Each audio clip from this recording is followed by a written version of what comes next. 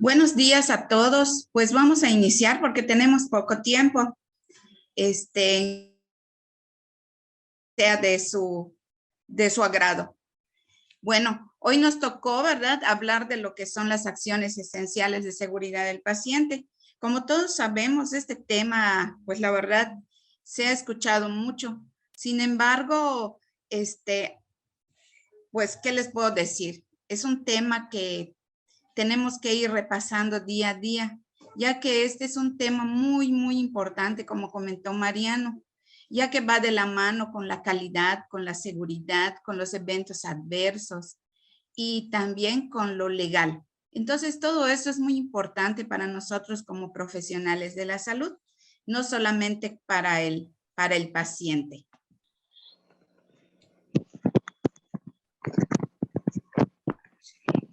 Bueno, como seguridad del paciente, pues nos dice que es una disciplina de la atención de salud que surgió de la complejidad de los sistemas de atención de la salud y el aumento de los daños a los pacientes. Como podemos nosotros observar, ¿verdad? Los que tenemos muchos años trabajando, que la tecnología ha ido en avance día a día, ha estado avanzando y a la par tenemos que ir avanzando con ellos, porque si no, esto nos ocasiona problemas que a la larga, ¿qué ocurre? Nos ocurren problemas de errores en cuanto a la atención al paciente, lo que le ocasiona al paciente eventos adversos que pueden dañar a su salud, que si son eventos adversos que se convierten en eventos centinelas, ¿qué va a ocurrir? Que este paciente puede perder la función de un órgano, puede perder un órgano, ¿verdad? Puede perder hasta la vida. Entonces es importante que nosotros tengamos presente lo que es seguridad del paciente. ¿Y cuál es el objetivo de lo que es seguridad del paciente? Pues precisamente es reducir los riesgos y errores que sufren los pacientes durante la atención, ¿sí? Y también que fomentemos y desarrollemos el conocimiento y la cultura de seguridad. Esto también va de la mano con lo que es calidad, que también se concibe como la atención oportuna, personalizada, humanizada, continua, eficiente, que brinda el profesional de salud de acuerdo a estándares definidos para una práctica profesional competente y responsable, con el propósito de lograr la satisfacción del usuario y del prestador de servicios. Como dice en esta frase, no puede existir calidad si no existe seguridad. Entonces, tenemos nosotros que entender, ¿verdad?, que la seguridad y la calidad van de la mano. Y no solo es seguridad del paciente, sino seguridad también de nosotros como prestadores de salud. ¿Por qué? Porque cuando existe un evento, cuando ocurre un evento adverso, ¿verdad?, la primera víctima, ¿quién es? Nuestro paciente, quien sufre el daño. La segunda víctima, ¿quién es? Nosotros, personal de salud, con quien ocurrió ese evento adverso. Y también se habla de que ahora existe una tercera víctima, que es nuestra institución. Entonces, todo esto es muy importante que nosotros lo tengamos presente. ¿Por qué? Porque esto nos va a hacer pensar, ¿verdad?, que las acciones esenciales, si las llevamos como debe de ser, de principio a fin, y creamos esa cultura de seguridad, como nos lo comenta en la acción esencial número 8, les aseguro que vamos a tener menos errores, vamos a mejorar la calidad de atención y la seguridad. Bueno, aquí nos habla que desde el 2002, la Secretaría de Salud ha impulsado la adopción de iniciativas y pues conocemos los retos, ¿verdad? El primer reto que fue dado en el 2005 con lo que fue las infecciones asociadas, bueno, reducción del riesgo de infecciones asociadas a la atención de la salud, con lo que es higiene de manos. El segundo reto que fue dado en 2008, donde nos habla de la atención segura en las cirugías, o sea, cirugía segura, donde tenemos el checklist, el out time y todo eso, ¿verdad? Así también tenemos en el 2017 cuando se dio a conocer el tercer reto, que fue la de los medicamentos, la reducción del riesgo en la atención con medicamentos, porque déjenme decirles que es uno de los ¿qué será? De los eventos adversos que con mayor frecuencia se presentan y son los que con mayor frecuencia han llevado al paciente a la muerte. Y aquí nos habla de que la Dirección General de Calidad y Educación en la Salud y el Consejo de Salubridad General dan origen a estas 8 acciones de seguridad del paciente. ¿Todo con qué? Porque se ha visto, ¿verdad?, que esto es un grave problema de salud pública en todo el mundo. En México, precisamente, se estima que el 8% de los pacientes hospitalizados sufre algún daño y el 2% muere. El 62% de estos eventos adversos que se vienen presentando, ¿qué pasa? Estos eventos adversos son prevenibles en un 62%. Imagínense ustedes, ¿cuánto disminuiría si nosotros aplicamos estas acciones esenciales? La Secretaría de Salud desde el 2002, volvemos a repetir aquí, ha impulsado la adopción de iniciativas con el fin de ¿qué? De fortalecer la seguridad del paciente. Y de acuerdo a la OMS nos dice que cada uno de 10 pacientes sufre algún daño al recibir atención médica y que el 40% de las jeringas que son reutilizadas no son esterilizadas. Sin embargo, también nos comenta, ¿verdad?, que el 40% de los pacientes que ingresan a una unidad de cuidados intensivos tienen mayor riesgo de sufrir un evento adverso. ¿Y qué es la cultura de seguridad de paciente? Bueno, esta está definida como un producto de valores, tanto individuales y grupales, que determinan la forma de actuar y el estilo y eficiencia de una organización de salud en el manejo de la seguridad. Aquí es un trabajo en equipo.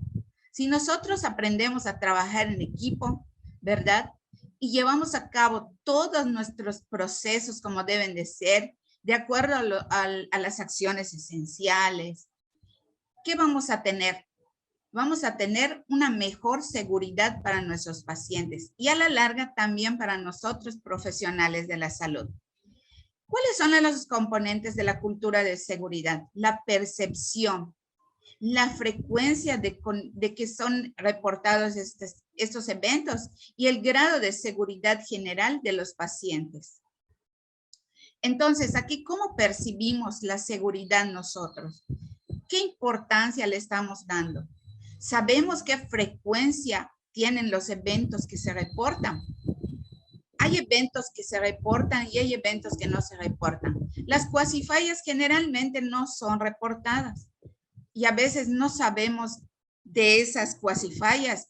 ¿Y por qué es importante el reporte de esos eventos? Es importante porque no es para señalar ni castigar a nadie, sino que esto nos va a servir a nivel local y también a nivel estatal y federal, ¿verdad?, para mejorar esos procesos y dar una mejor seguridad a nuestros pacientes. Y aquí nos habla de valores culturales comunes en la organización con la cultura de seguridad eficaz. ¿Sí? Que debemos de tener responsabilidad interpersonal. O sea, todos tenemos una responsabilidad que cumplir. El interés que cada uno de nosotros tengamos. La colaboración y apoyo que nos demos los unos entre los otros. La amabilidad con que nosotros nos conduzcamos. Esas relaciones personales que sean abiertas, francas. ¿Para qué? Para un logro de objetivos comunes. Sentimientos de credibilidad, fuerte sentimiento de confianza interpersonal, resistencia o capacidad de recuperación y transparencia. Eso es muy importante. Déjenme decirles que, como siempre dicen, ¿no?, por nosotras enfermeras, peor enemigo de una enfermera es otra enfermera. Eso no debe de ser. Al contrario, deberíamos de trabajar en equipo, ¿sí? Pero esto también se da, ¿por qué? Porque a veces no tenemos una maduración, como lo dice aquí. Existen niveles de madurez en la cultura de seguridad. ¿Cuándo tenemos una madurez patológica? Cuando la seguridad para nosotros, desde nuestra perspectiva, es una pérdida de tiempo, ¿sí? O cuando la reactiva, solamente cuando ocurre un incidente vamos a actuar. O cuando tenemos sistemas de gestión de riesgo, dice, calculamos nada más. Y la proactiva, estamos alerta ante los riesgos que puedan ocurrir. O sea, vigilamos y nos preocupamos, ¿verdad? Por cumplir todos nuestros procesos y protocolos como deben de ser. ¿Para qué? Para prevenir. Y aquí nos habla de la creadora, que es la gestión del riesgo, que siempre es parte integral de todo lo que hacemos. Y por lo tanto, tenemos nosotros que estar siempre a la vanguardia, siempre estar pendientes de nuestros pacientes, verificar, ¿sí? Entonces, como dice, las acciones esenciales son eso, esenciales para nuestra labor del día a día, de nuestro quehacer diario. ¿Por qué? Porque si estas acciones las llevamos como deben de ser, déjenme decirles que los errores van a disminuir en un gran porcentaje. Bueno, ¿cuáles son estas acciones esenciales de seguridad del paciente? Pues tenemos lo que es identificación del paciente, que todos ya sabemos, la comunicación efectiva, la seguridad en el proceso de medicación, la seguridad de los procedimientos, la reducción del riesgo de infecciones asociados a la atención de la salud y la reducción del riesgo de daño al paciente por causa de caídas, registro de eventos adversos y cultura de seguridad del paciente. Bueno, generalmente nosotros, ¿verdad?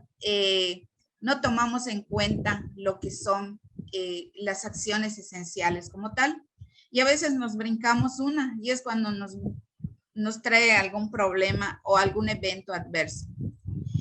Bueno, ahora no es si queremos aplicarlo, es que estamos obligados a aplicar lo que son las acciones esenciales. Porque desde el 2017, déjenme decirles, en el 8 de septiembre, en el Diario Oficial de la Federación, se emitió el acuerdo donde se declara la obligatoriedad de la implementación para todos los integrantes del Sistema Nacional de Salud. Este documento, como ya mencionamos, se denomina, ¿verdad?, acciones esenciales para la seguridad del paciente. Entonces, tenemos que saber nosotros que estamos regidos, ¿verdad?, y que es obligación nuestra cumplir ¿con qué? Con normas oficiales. Sabernos cuáles son esas normas que nos rigen. Por ejemplo, en el caso de enfermería, la 019, tenemos que saberla, tenemos que conocerla. La 087, que es la de residuos peligrosos, ¿sí? Todo personal de salud debe de saber, ¿sí? Acerca de los residuos peligrosos, que ya pues ya vimos igual el tema. Es importante que sepamos también acerca de la 045, ¿verdad? Que es la que nos vigila lo que son las infecciones que se dan en el área intrahospitalaria o infecciones nosocomiales, como también se denomina. Bueno, hablando ya a lo que son las acciones esenciales de seguridad del paciente, antes de pasar aquí, no sé si alguien quiera preguntar algo. ¿Alguna pregunta con respecto a eso o hasta aquí estamos bien? Todo bien, jefa, gracias. Muchas gracias. Bueno, empezamos con lo que es la acción esencial número 1, que es la identificación del paciente. Cada una de estas acciones esenciales de seguridad del paciente, ¿verdad? Tienen un objetivo. En el caso de la número 1, que es la identificación del paciente, su objetivo es mejorar la precisión de la identificación de pacientes, unificando este proceso en los establecimientos del sector salud, utilizando al menos 2 datos para identificar al paciente, que es el nombre completo y fecha de nacimiento.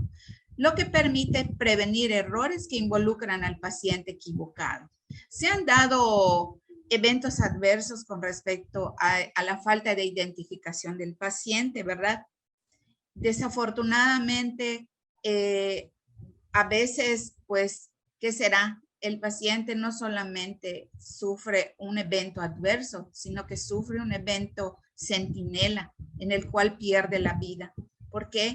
Porque no identificamos, aplicamos un paquete globular al paciente equivocado o ponemos un medicamento de alto riesgo al paciente equivocado, donde, por ejemplo, si yo me equivoco con una insulina y le ocasiono una hipoglicemia a un paciente, ese puede caer en un shock y morir, ¿sí?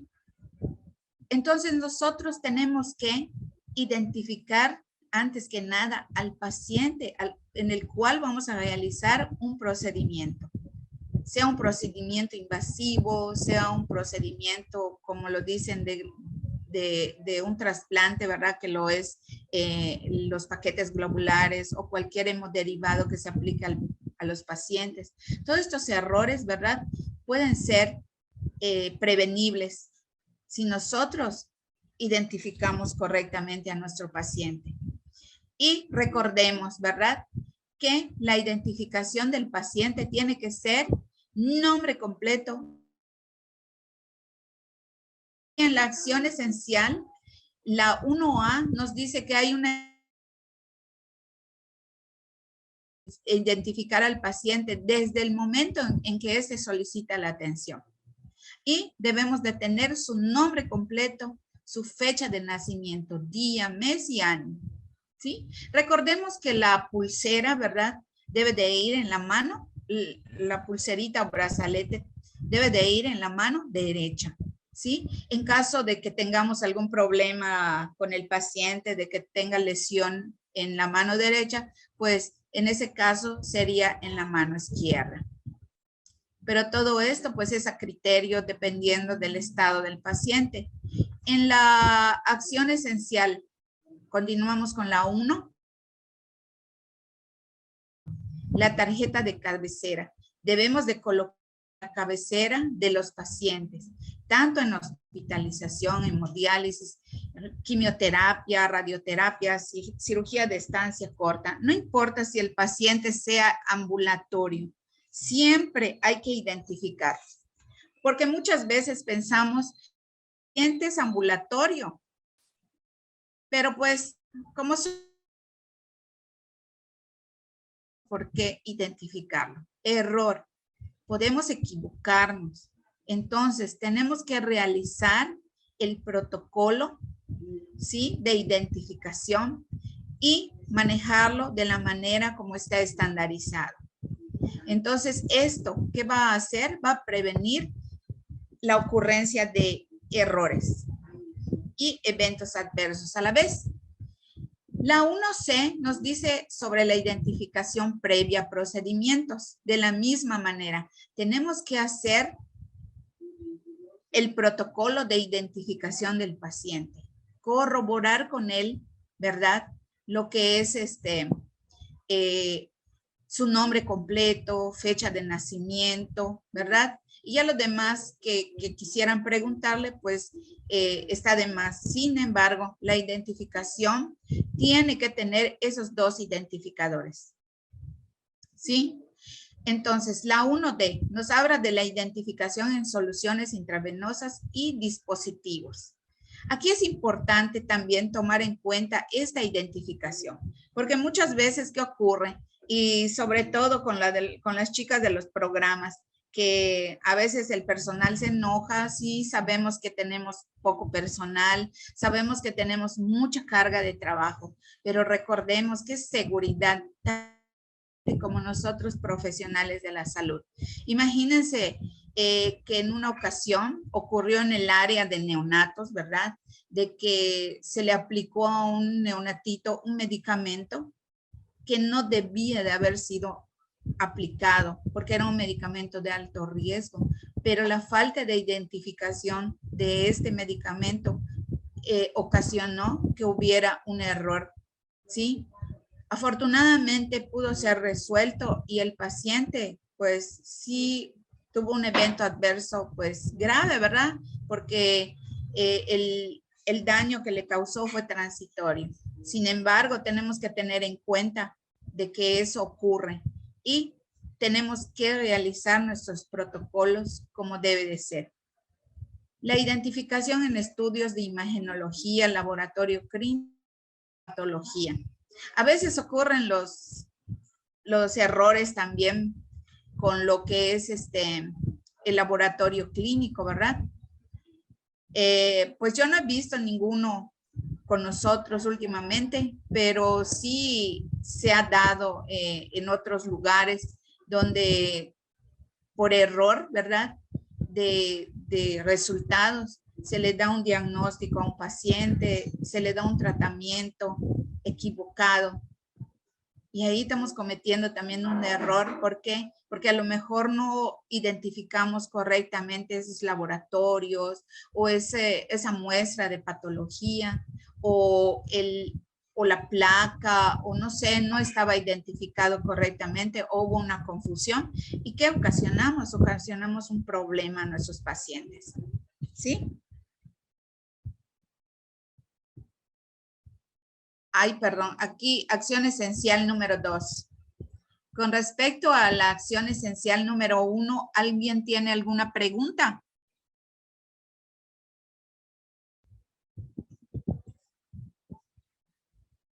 Recordemos que es importante entender la importancia y tenerlo presente siempre. ¿Por qué es importante cada uno de estas acciones? Que las llevemos a cabo, ¿sí? Entonces, ninguna pregunta, continuamos. Aquí hubo un error. ¿Ya se dieron cuenta? Cometí un error. Acción esencial para la seguridad del paciente debe de ser la número 2, que es la comunicación efectiva. Ahí ya cometí un error y puse 1. ¿Se dan cuenta? Entonces, a veces no nos fijamos y fíjense en algo así como lo que estamos viendo, hay un error. ¿Cuál es el objetivo general de esta acción número 2? Mejorar la comunicación profesionales de la salud, tanto pacientes, familiares, con el fin de obtener información correcta, oportuna, completa en el proceso de atención y así reducir los errores relacionados con la emisión de órdenes verbales, telefónicas, mediante el uso de protocolo escuchar, escribir, leer, confirmar, transcribir, confirmar y verificar. Y de igual manera, reducir los riesgos durante el traspaso de paciente, cambios de turno y mejorar la comunicación entre los profesionales de la salud de forma que proporcionen información correcta, oportuna y completa durante el proceso de atención al paciente mediante el uso de la herramienta SAER. ¿Alguien sabe cuál es esa herramienta SAER? ¿Alguien me puede ayudar con eso? Eso es muy importante que lo sepamos y lo apliquemos.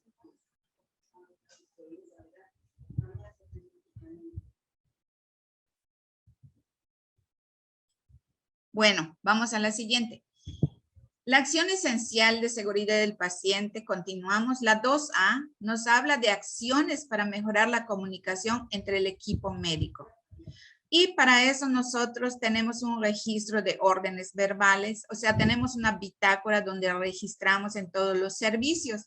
Sin embargo, déjenme decirles que ahora pues ya no deberíamos de tener eso, porque no deberían de haber órdenes verbales. Todas las órdenes deberían de ser por escrito para prevenir los errores que pudieran haber en cuanto a la recepción de esas órdenes, ¿verdad? La 2B nos habla de la emisión y recepción de órdenes verbales y o telefónicas relacionadas con la atención de los pacientes y también resultados de laboratorio, de banco de sangre, patología y gabinete. Bueno, de la misma forma, pero esto debería de darse pues ya al médico tratante directamente. Sin embargo, puede ocurrir que por una urgencia se puedan dar estas órdenes verbales y para eso tenemos lo que es la bitácora de órdenes verbales, donde vamos a anotar todo. Ese formato lo tienen ustedes también en sus servicios, debe de haber en conjunto con su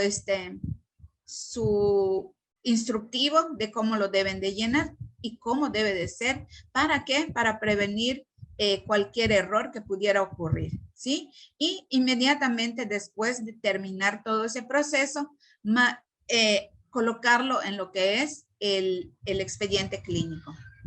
El proceso en la 2B1 dice del proceso escuchar, escribir, leer, confirmar, transcribir, confirmar y verificar. Aquí también cuando tenemos una urgencia podemos aplicar esta acción. En la 2B2 de la emisión y recepción de órdenes verbales en urgencias en el proceso de escuchar, repetir, confirmar y transcribir. Y esto lo vemos cuando existe un paro cardiorrespiratorio y se activa lo que es el código azul. Entonces aquí es donde nosotros tenemos que escuchar, repetir, confirmar y transcribir, ¿sí?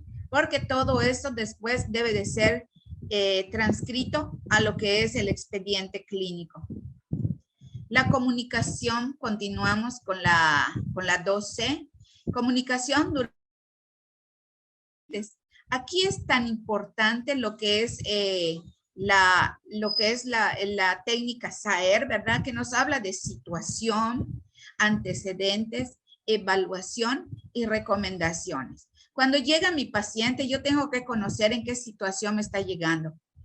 Si llegó hipertenso, si tuvo un accidente, cómo está llegando ese paciente, en qué estado está, cuáles son sus signos vitales, ¿sí? Los antecedentes, cómo ocurrió, es hipertenso desde cuándo, ¿sí? Se realiza una evaluación y de acuerdo a eso vamos a hacer la valoración y vamos a darle los cuidados a este paciente, el tratamiento y las recomendaciones. Cuando nosotros trasladamos al paciente también, debemos, ¿verdad? Utilizar esta técnica SAER que es muy importante y eso aplica para todas las disciplinas. Porque aquí vamos a saber el paciente con nosotros y si tuvo algún evento, este paciente, no sé, tuvo una reacción adversa a algún medicamento o lo llevaron a realizarse un estudio, ¿con qué será? Con contraste y tuvo una reacción adversa. Entonces, esto también tenemos que informarlo a la persona a quien estamos dejándole a cargo al paciente, a la que va a ser responsable del paciente, para que esté pendiente de todos estos puntos importantes. ¿De acuerdo? Y tenga cuidado de informar en el momento preciso para prevenir cualquier evento adverso que se pudiera presentar con el paciente. Y de las prescripciones médicas y de las anotaciones en el documento que forman parte del expediente clínico, ¿sí? Que eso es lo que hace precisamente el médico. Tratemos de no, bueno, aquí en la acción esencial número 2 nos habla de que no debemos de utilizar abreviaturas, ¿sí? Debemos de escribir en forma clara y legible. ¿Por qué? Porque también no se vale que estemos interpretando la letra no legible. Si nosotros notamos que la letra no es legible, ¿qué tenemos que hacer? Ir con el médico y aclarar precisamente lo que es lo que nos está indicando. O ahora, pues, de preferencia, ¿verdad? Contamos con tecnología y pues que sean impreso y que sean con letra de molde, entendible, legible, sin tachaduras, sin corrector, ¿verdad? Porque no debemos de aceptar que sea de esa manera, ya que se presta a que podamos cometer errores. La 2E nos notificación de valores críticos de laboratorio y estudios de gabinete. Eso pues son valores dedicados al médico tratante. En dado caso, al médico de guardia o posiblemente, ¿verdad?, a lo que es el residente. Pero de preferencia se habla de que tiene que ser notificado al médico tratante. Y del egreso del paciente, pues aquí sabemos que el egreso del paciente pues lo elabora en la parte médica, donde tiene que contener todos los datos del paciente, todo lo que nos marca la norma o lo que nos pide la norma 004, que es del expediente clínico, nombre completo, fecha de nacimiento, diagnóstico, ¿sí? Diagnóstico, cómo está egresando, bueno, todos esos datos de suma importancia. Acción esencial número 3, seguridad en el proceso de medicación. Bueno, les comentaba yo que esta es una de los retos mundiales. ¿Por qué? Porque es un problema igual lo que es el proceso de medicación. Ocurren muchos errores en cuanto a la seguridad cuando se aplica la medicación o cuando interpretamos, ¿verdad? Pueden haber varios factores que nos lleven a realizar, a cometer más bien este tipo de errores. ¿Y cuál es el objetivo principal de lo que es seguridad en el proceso de la medicación? Pues fortalecer las acciones relacionadas con el almacenamiento, la prescripción, transcripción, dispensación y administración de medicamentos para prevenir errores que puedan dañar a los pacientes. Estos que derivados del proceso de medicación en los establecimientos de salud. Déjenme decirles que pues a pesar de que a veces tenemos que farmacia, ¿verdad?, para que nos surta, pero sí ha habido algún tipo de errores también en cuanto a la dispensación del medicamento y no se diga en la transcripción, prescripción, precisamente porque nosotros siempre tratamos de interpretar lo que está escrito en las indicaciones. Y eso ya no debemos de hacerlo. Tenemos que ir y preguntar y que nos escriban de manera clara lo que es la indicación para prevenir todos estos errores. Y lo que sí se da mucho también es en la administración de medicamentos. Y eso se da por omisión, por dosis menos de la que debería o dosis más de la que debería, cambios de horario, que eso no debería de ser. Porque nosotros desde que nos formamos, ¿verdad? Tomamos clases también, yo creo que en todas las disciplinas y aprendemos algo de farmacología. Entonces, no deberíamos de cometer ese tipo de errores, de que yo diga, no, por mi comodidad no puedo cambiar, ir cambiando lo que son horarios en el tratamiento del paciente. ¿Sí? Entonces, sí, ahí estamos cometiendo errores nosotros. Bueno, mil disculpas, me tardé mucho. Bueno, aquí, pues, como les decía, ¿no? La prescripción y dónde nos quedamos en la administración. Todo lo que hacemos con respecto a lo que es la administración del medicamento, ¿verdad? Nosotros realmente tenemos que estar muy al pendiente, sobre todo los que aplicamos medicación. Y aquí nos dice la 3A de la adquisición y almacenamiento de los medicamentos de alto riesgo y electrolitos concentrados. Debemos de almacenarlos en un lugar seguro y identificarlos. ¿Cómo los identificamos o los semaforizamos? Con un círculo rojo. Ese es el que nos va a decir que es un electrolito o es un medicamento de alto riesgo. La 3A1 de la adquisición de electrolitos concentrados. También tenemos que, ya que los tenemos, ¿verdad? Tenemos que semaforizarlos, tenemos que almacenarlos en un lugar donde sea específico para medicamentos de alto riesgo. La 3A2 de la alerta visual de los medicamentos de alto riesgo, lo que les comentaba, con un círculo rojo, con esas pegatinas que tenemos, pegarle un circulito rojo, que es el que nos va a dar precisamente la alerta visual de que es un medicamento de alto riesgo. Actualmente, recordemos que eso ya no lo llevan los medicamentos que caducan próximamente. Ya no se pone en el carro rojo, solamente se le pone a los medicamentos de alto riesgo. Si están en el carro rojo, por supuesto que deberían de tenerlo, ¿verdad? Del 3A, 3 del almacenamiento general de los medicamentos y electrolitos concentrados. De la prescripción, que también debe de ser de manera clara, la transcripción de manera clara y la dispensación. Recordemos que ahorita tenemos el SAFE en algún servicio de onco, ¿verdad? Entonces también tenemos que estar muy pendiente, porque si recordamos, yo preparo, yo aplico, yo todo, entonces ahorita hay medicamentos que pues no pueden ser darles ese proceso como debe de ser, ¿sí? La 3E de la recepción y almacenamiento de los medicamentos, también cómo lo recibimos, cómo lo almacenamos. Recordemos también nosotros que es importante, ¿verdad? A qué temperatura está, cómo lo manejamos, no lo dejaron al sol.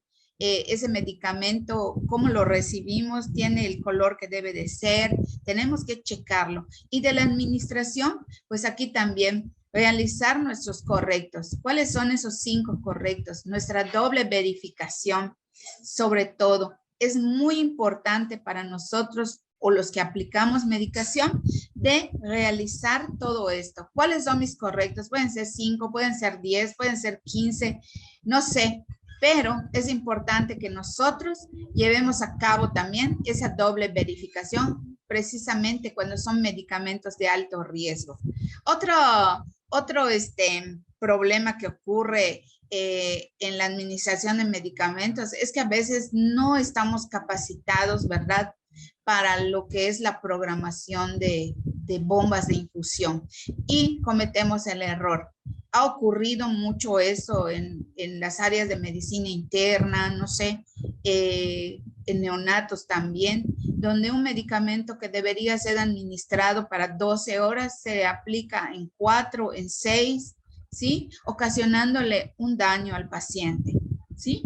Entonces tenemos que estar pendientes de todo eso. La 3G, de los medicamentos con aspecto o nombre parecido, que le llamamos medicamentos LASA. La acción esencial nos recomienda que las primeras letras, como en el caso de la digoxina, las pongamos en mayúscula, ¿sí? Digo y Dori. Digoxina, dorixina. ¿Por qué? Para poder identificarlo de una mejor manera y prevenir el evento adverso. La 3H, de la doble verificación durante la preparación y administración de al menos electrolitos. Dice de al menos, ¿sí? Pero deberíamos de realizarlo con todos los medicamentos. Electrolitos concentrados, insulinas, anticoagulantes, vía parenteral, citotóxicos y también radiofármacos. En estos, sobre todo, los cuales son de alto riesgo, debemos de tener mucho más énfasis en lo que es la doble verificación. No olvidarlo y también registrarlo. De la notificación inmediata de los eventos centinela. Es importante que nosotros lo notifiquemos, porque como les decía, no es para castigar a nadie ni para hacer sentir mal a nadie, porque como les decía, existe la primera víctima, que es el paciente que sufre el daño, y la segunda víctima es con quien ocurrió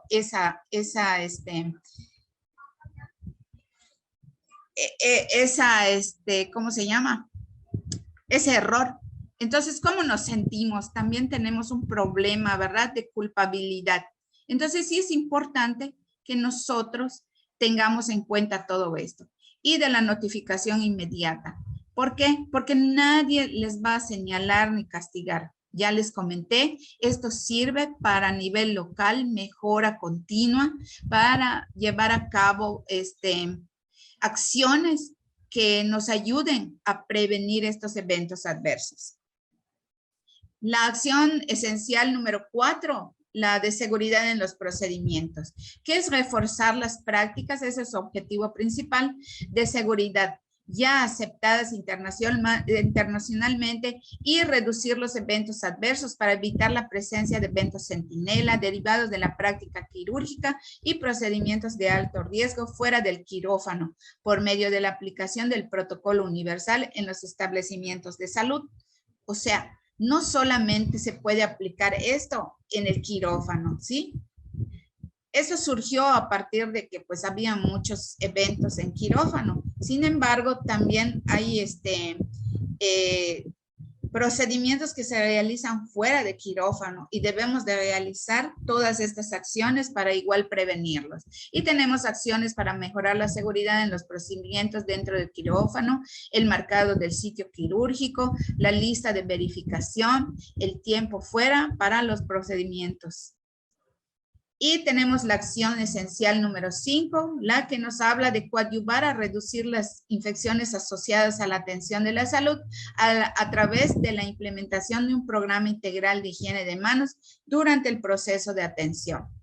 Y aquí más que nada nos habla de que nosotros, personal de salud, nos habla de las acciones generales de la organización para reducir el riesgo de infecciones. ¿Y cómo lo hacemos? Por medio de la aplicación de los 5 momentos, que son 2 antes para la protección de nuestros pacientes y 3 después también que nos protegen a nosotros como personal de salud, ¿sí?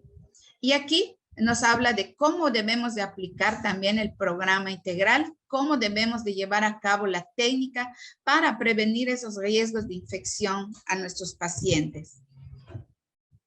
Y la acción esencial, reducción del riesgo del daño al paciente por causa de caídas, que es prevenir el daño al paciente asociado a caídas en los establecimientos de atención médica del Sistema Nacional de Salud, mediante la evaluación y reducción del riesgo. Aquí no solamente hay que evaluar al paciente en una ocasión. Si el paciente recibe un nuevo medicamento, no sé qué será, está tomando alprazolam o algún otro medicamento o tuvo un procedimiento donde le aplicaron un midazolam, tenemos que revalorar a este paciente para prevenir el riesgo de caídas.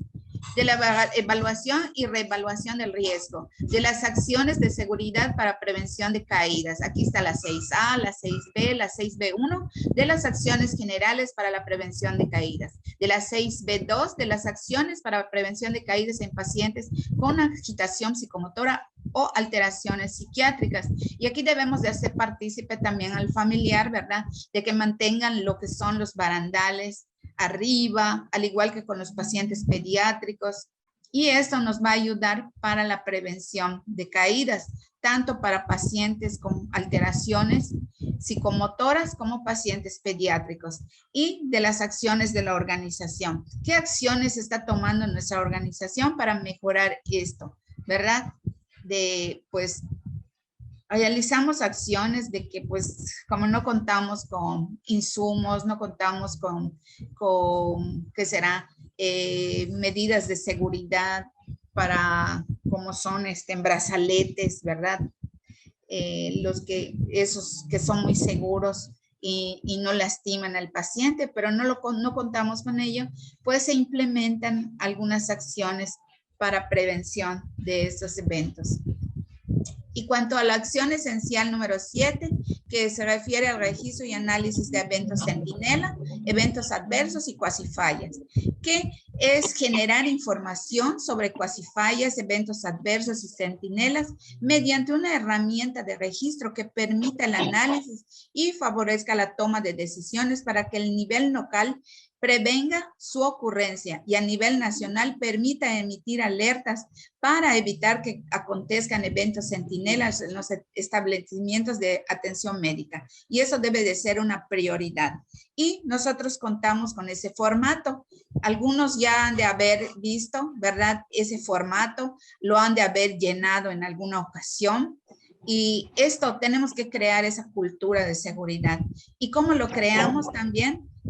Realizando las notificaciones, por más que nos dé pena, temor, ¿verdad? De que hayamos cometido. Todos podemos cometer error, no estamos exentos. Sin embargo, estas son las barreras que nos pueden ayudar ¿Para qué? Para evitar y prevenir que nos sigan ocurriendo o que nos vuelvan a ocurrir. Y por eso es importante que notifiquemos. Y aquí, en cuanto a la cultura de seguridad del paciente, ¿cuál es el objetivo general? Medir la cultura de seguridad del paciente en el ámbito hospitalario, con el propósito de favorecer la toma de decisiones para establecer acciones de mejora continua del clima de seguridad en hospitales del Sistema Nacional de Salud.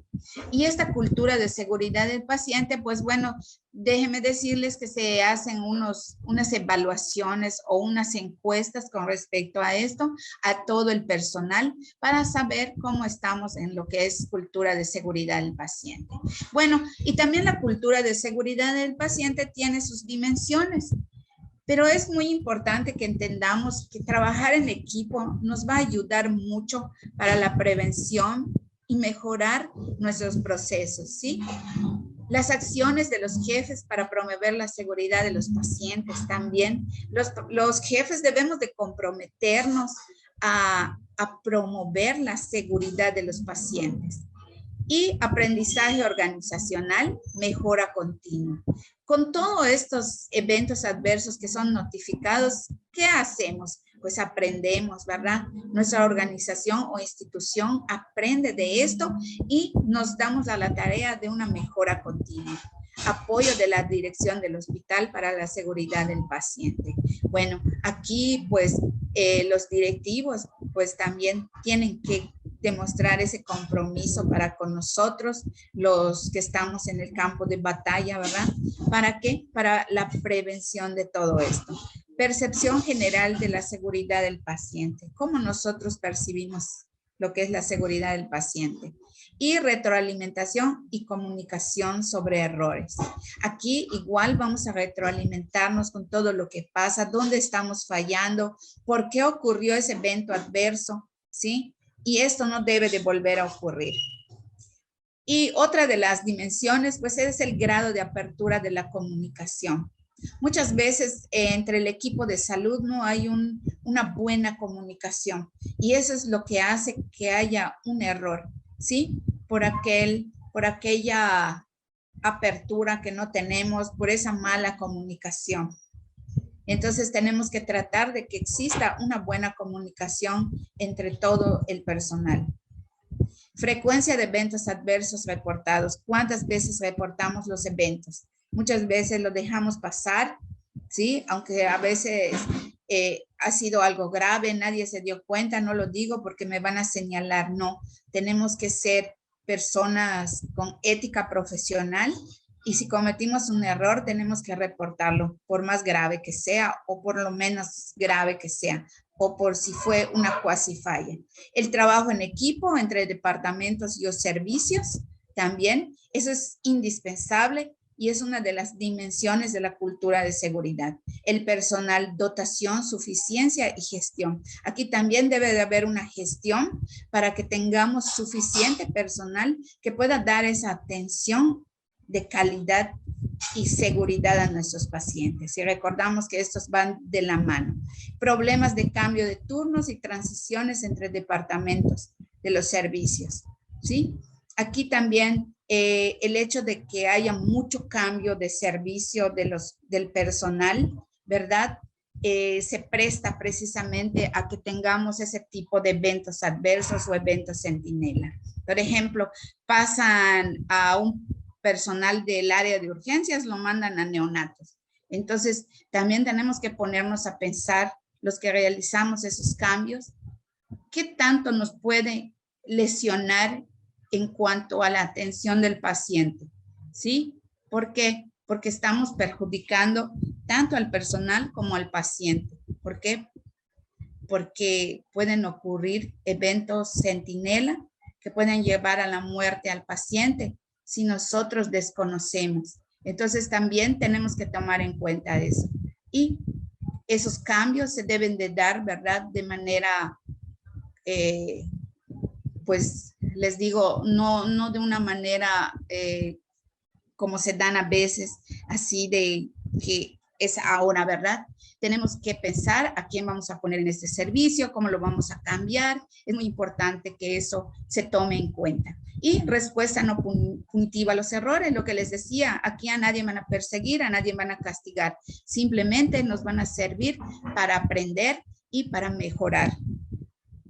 Y como aquí dice Mafalda, ¿verdad? Hablar de los propios errores y de los fallos del sistema no es nada sencillo por las consecuencias emocionales, sociales, profesionales y legales que esto llegan a tener. Pero no hacerlo sería una irresponsabilidad de nosotros como profesionales de la salud. Entonces tenemos que asumir nuestras responsabilidades, ser esas personas con ética profesional, con valores. Si recordamos que las acciones esenciales y sobre todo la acción esencial número 8 es lo que nos habla de los valores que nosotros tenemos como profesionales de la salud y cómo las vamos a aplicar en nuestro quehacer diario. Entonces todo esto es de suma importancia, ¿sí?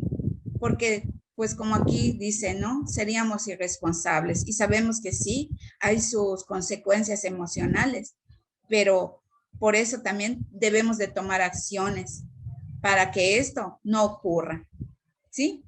Y pues bueno, como dice acá, mi talento encaja y el trabajo en equipo pues es indispensable.